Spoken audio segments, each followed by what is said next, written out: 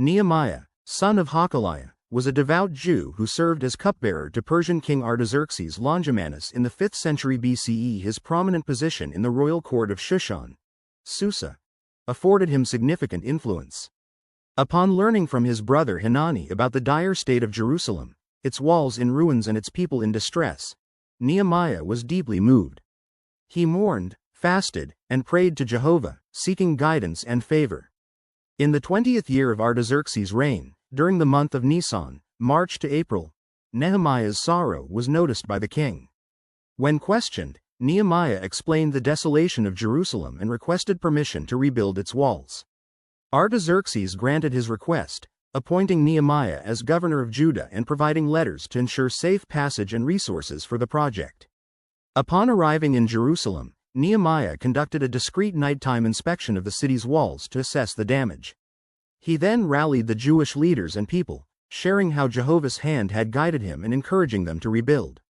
Despite facing scorn and opposition from adversaries like Sanballat the Horonite, Tobiah the Ammonite, and Geshem the Arabian, the people were motivated, declaring, "Let us get up, and we must build." The reconstruction faced significant challenges. As the wall's height increased, opposition intensified, with adversaries mocking and conspiring to attack Jerusalem. Nehemiah responded by arming the workers, organizing guards, and implementing an alarm system. He exemplified vigilance, stating that he and his companions did not even remove their garments at night, remaining prepared for any threat. Internally, Nehemiah addressed social injustices among the Jews. He confronted the nobles and deputy rulers who were exacting usury from their fellow Jews, violating Mosaic law. Calling a great assembly, he rebuked them and secured a promise to rectify the situation, emphasizing the importance of unity and adherence to God's laws. Despite multiple attempts by adversaries to distract and intimidate him, including false accusations and threats, Nehemiah remained resolute. He recognized these tactics as efforts to instill fear and disrupt the work.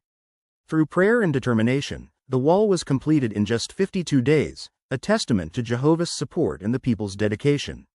Following the wall's completion, Nehemiah focused on spiritual restoration. He organized the reading and explanation of the law by Ezra the priest, leading to nationwide observance of the Festival of Booths and a collective confession of sins. The people entered into a written agreement to adhere to God's commandments, including refraining from intermarriage with foreigners, observing the Sabbath, and supporting temple services. To address Jerusalem's underpopulation, Nehemiah implemented a system where 1 out of every 10 people was chosen by lot to reside in the city, ensuring its vitality and security. He also oversaw the inauguration of the wall, organizing 2 large Thanksgiving choirs that marched in opposite directions atop the wall, culminating in sacrifices and great rejoicing at the temple.